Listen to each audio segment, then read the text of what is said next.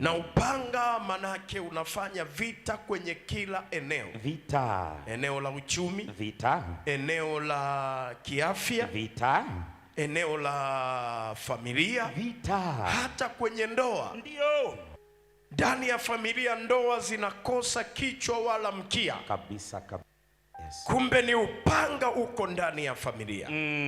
Yesu Kristo aliye Mungu mkuu na nuru halisi. Amen. Akukumbuke leo na kuondolea upanga huo katika familia. Amen. Na yale maafa ambayo yamekuwa yakitokea. Sawa. Kila mtu anaikimbia nyumba yake. Ndio. Mwenye ndoa inavurugika. Aikai. Mwenye uchumi unavurugika. Ni kweli. Mwenye mafanikio yanavurugika. Manake ni upanga unainuliwa. Yes. Kufanya vita na watu sahihi kwenye maisha yako. Vita. Na kuna watu wanashangaa hapo, kwa nini mahusiano yao yanavunjika? Kwa nini? Ni kwa sababu ya upanga. Upanga.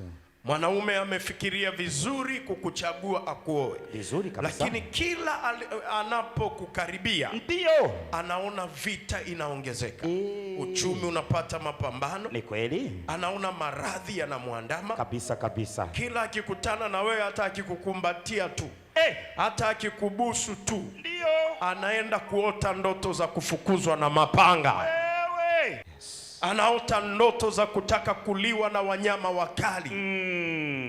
Anaota ndoto za kumezwa na nyoka. Kabisa kabisa kabisa. Sasa kwa nini asikukimbie? Atakimbia. Akikaa mbali na wewe ndoto zinapotea. Akikukaribia ndoto mbaya zinarudi.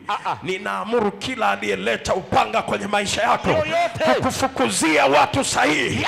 Hebu ruka juu, sema apigwe radi na kuachia. Apigwe radi na kuachia.